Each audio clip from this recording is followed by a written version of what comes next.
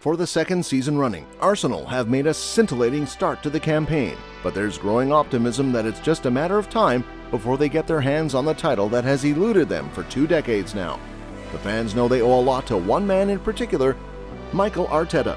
The former midfielder returned to the club in December 2019, and one look at the starting 11 from his first match in charge indicates just how far the club has come under his tutelage.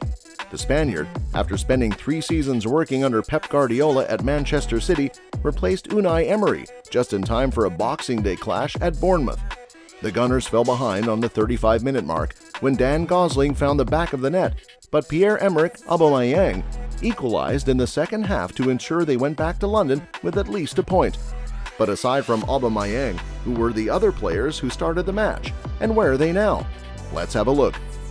Goalkeeper, Bernd Leno. The German shot stopper was one of the first few players signed by Emery when he replaced the legendary Arsene Wenger in the summer of 2018. Signed from German side Bayer Leverkusen, Leno broke into the Gunners' starting lineup following an injury to Petr Cech, seizing the opportunity to establish himself as the Gunners' first-choice keeper. He became a constant figure in Arteta's team, forcing Emiliano Martinez to leave the Emirates for Aston Villa, and during the 2020-21 season, his performances merited a second-place finish in the club's Player of the Year votes. Despite his good performances, Leno's ball-playing ability didn't quite suit Arteta's philosophy, and eventually in 2021, he was replaced by Aaron Ramsdale in goal. Unable to usurp the England international, Leno sought pastures new, and he found a home at newly promoted Fulham, where he has been for a season now. It proved a smart signing by Fulham, who had a wonderful season under Marco Silva. Defense. The defense has gone a major rebuild, and only one player is left from the backline that started against Bournemouth on the day. Right back, Ainsley MaitlandNiles. Bereft of more experienced players in his team, Arteta was forced to trust homegrown academy players when he first took charge of the team, and Maitland-Niles was one of them. The Englishman started the first 5 games of the Spaniard's tenure, eventually helping the Gunners win the FA Cup in 2020. He memorably scored a cheeky penalty as the Gunners beat Liverpool in the Community Shield. He flourished as an inverted fullback, partly thanks to his ability to play with both feet and calmness under pressure. This did not last long, though. Arteta soon moved on, and the Englishman chose to join Roma on loan in January 2022 in search of more game time. He later joined Southampton on another loan deal before the club was relegated. With his deal at the Emirates expiring in the summer and there being no future with the Arsenal, Maitland-Niles sought to find another home, and it came in form of Olympique Lyon, signed as a free agent in the summer. Centre-back David Luiz. Former Brazil international David Luiz is one of the most recognizable feature in world football. Having featured for Chelsea and PSG, Luiz wore the red and white of Arsenal for 2 seasons, and we can comfortably say no player split the Arsenal fan base like Luiz in recent seasons. On a good day, he played a key role in Arsenal's attacking play from the back, with incredible passing range, but on more regular basis, the defender made clumsy mistakes that led to goals. He gave away numerous penalties, and many will always remember that disaster class at Manchester City. His status as a mentor and leader in the Gunners' dressing room, especially to the young players, saw Arteta hand him a contract extension in 2020, but it wasn't for long, as a year later he was allowed to leave the Emirates. He returned to his native country with Flamengo, where he won the Copa Libertadores, becoming just the 12th player to win both the UEFA Champions League and the Copa Libertadores in the process. The change of manager in any team can be the end of some players and a rebirth of some. For Socrates, it was the former. The defender was one of Emery's first signings and was brought in to provide the much-needed stability at the back that the Gunners so much craved for.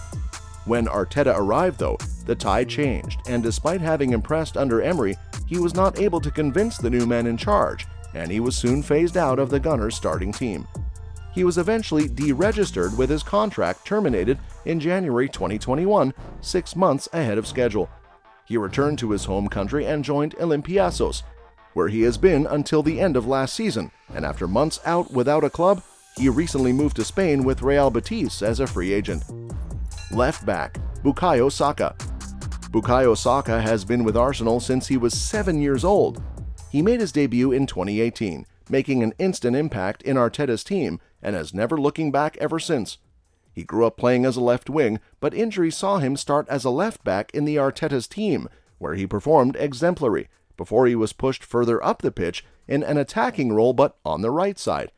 Ever since he came into the limelight, Saka has had quite a career trajectory, establishing himself as one of the best attacking players for club and country, even winning the PFA Young Player of the Year for 2023, and was named England's best performer for the second year in a row. It's safe to say Saka has been one of the success stories of the Arteta era. The entire midfield that started on the day at the Vitality Stadium has since left the club. Lucas Torreira, Galatasaray. Another one of Emery's signings, the Uruguayan's time at Emirates did not go as planned. In his early days at Arsenal, Torreira was a terrier, a fearless tackler, and was ready to fight for the team, and fans loved him for this. A bad injury away at Portsmouth in 2020 ruined his stay though, and when he recovered, he somehow failed to hit those heights again. Arteta loaned him out to Atletico Madrid and Fiorentina and eventually allowed him to leave permanently last summer. He found a home in the Turkish Super League with Galatasaray, where his name is always among the first on the team sheet, playing alongside the likes of Dries Mertens, Nicolo Zaniolo, and Mauro Icardi. He has won the Turkish Super League title already. Granit Xhaka. You lack exact words to describe the Swiss international's Arsenal career. To characterize his time at the Emirates as tumultuous would be a major understatement. He was often the victim of the Arsenal crowd's most vociferous opposition. He overcame it, and not just overcoming, but managed to reinvent himself and endear himself to the fans again. From fan-baiting behavior to tantrums, he somehow managed to redeem himself and become one of the linchpins of Arsenal's surprise title charge last season. And by that time, many Arsenal fans had already made a U-turn on their mad hero, hoping he could stay for at least one more season. That did not happen though, as Xhaka made a permanent move away, joining Bayer Leverkusen in a £21.4 million deal. He was replaced by Declan Rice, whom everyone could agree was an upgrade.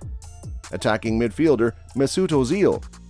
The German midfielder was brought in by Wenger, arriving on deadline day in 2013 from Real Madrid, and his arrival was meant to signify a new era at the Emirates. Many expected him to be the club's face and lead them to former glory heights. He started off well and was really impressive, but overall he never lived up to the expectations. Under Arteta, the silky playmaker got off to a good start, but it quickly became clear that he was not part of the Spaniards' long-term thinking. In Arteta's second season, the World Cup winner was consigned to the bench. At some point, he was forced to train with the youth team, and it became clear that he would never feature for the Gunners again. His long and sad goodbye was complete in January 2021, when he left Arsenal and joined Turkish giants Fenerbahce. His stay at Fener was short after failing to rekindle his career there. He moved to Istanbul Başakşehir, another club in the Turkish Super League, before announcing his retirement earlier this year. Right wing, Reiss Nelson. Another player that is still with the current Arsenal team is the Englishman, who started at Bournemouth, having just turned 20. A product of the club's academy, the winger had just returned from a successful loan in the Bundesliga. His speed and agility initially impressed Arteta, but he never quite got going as many expected. He started just 3 games in his 10 appearances in the Premier League, scoring just 1. He featured just twice the following season before he was allowed to leave for Feyenoord. He returned to the club and managed to score a brace against Nottingham Forest in October and a winner against Bournemouth in March. He is a bit part player, but his vital contributions are clearly valued as he recently signed a new deal. Left wing, PierreEmerick Aubameyang. The Gabon international became the first captain and first goal scorer of the Arteta era. The former Borussia Dortmund star was Arsenal's attacking linchpin, having been signed by Wenger in 2018.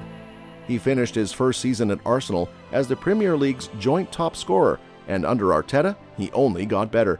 He led Arsenal to the FA Cup win in Arteta's first season, scoring the winner against Manchester City in the semis and a brace against Chelsea in the final.